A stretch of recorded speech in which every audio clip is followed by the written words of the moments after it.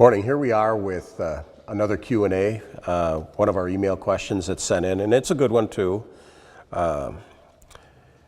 This one says, "Hi, I'm contacting you because I'm a dog trainer and I've recently stumbled across something that I have not encountered before and I'm not exactly sure how to correct it. I have a 6-month-old American Pit Bull Terrier that I'm using for demonstrations. He's a very smart and attentive dog. I've taken him through the learning phase of basic obedience, come, sit, down, stay. So he knows the difference between sit and down, but when entering the correction phase, I have found that he will often just lay down when given the sit command. It seems he thinks this position is the ultimate safe zone when corrections are applied. If I am just doing the training using positive reinforcement, he sits on cue every time, and he knows the difference between down and sit.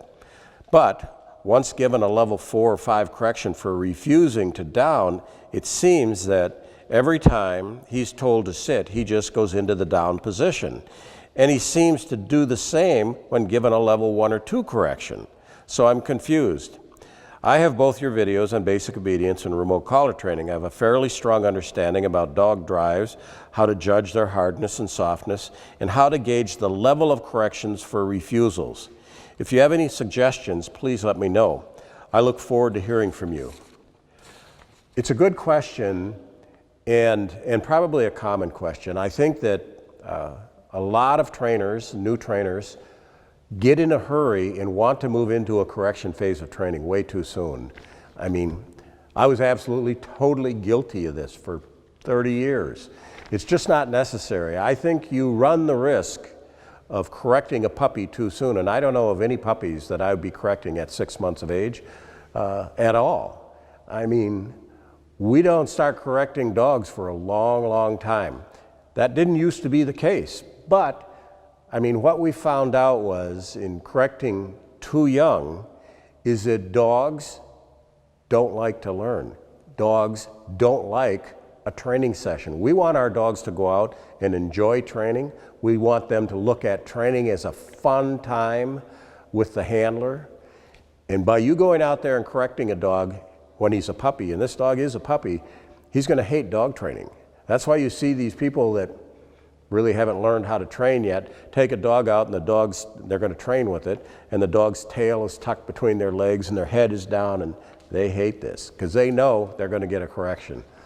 I think what happens is we have a very good friend, Michael Ellis, that we've done a number of training videos with that has a phrase called learned helplessness. And that basically means that when a dog gets corrected all the time, at some point in time, when they don't know what's going on, they just decide, I'm done. They'll lay down and they just take the corrections and their attitude is gone and they just give up, basically give up.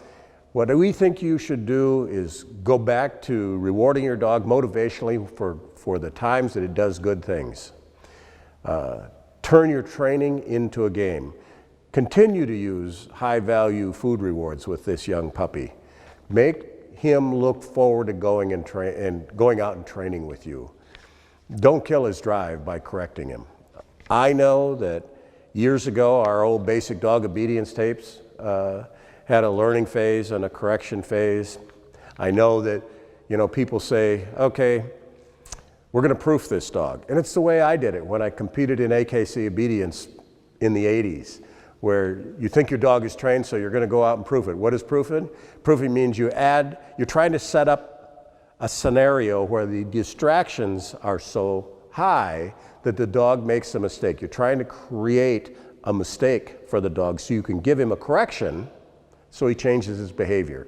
It's kind of negative training, rather than focus on the positive and rewarding good behavior. I think if you change the way you're looking at working with this puppy, you're going to have a big difference.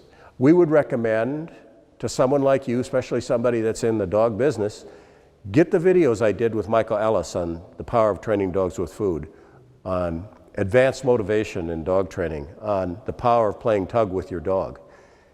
What we recommend is people that are in the dog business, DVDs are a good first start.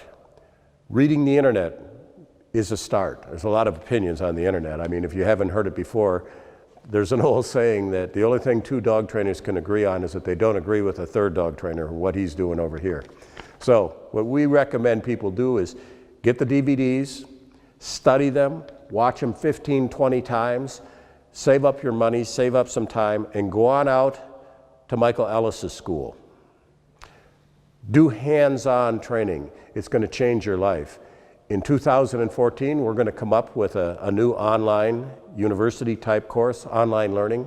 In that case, you use DVDs, you watch them as much as you can, take an online course because there's a lot more information in an online course, and then go on out to seminars, go to Michael's school, spend some time, learn from the professionals. That's how you become a good dog trainer, and it makes a better scenario for you and your dog. You make less mistakes. I hope that helps.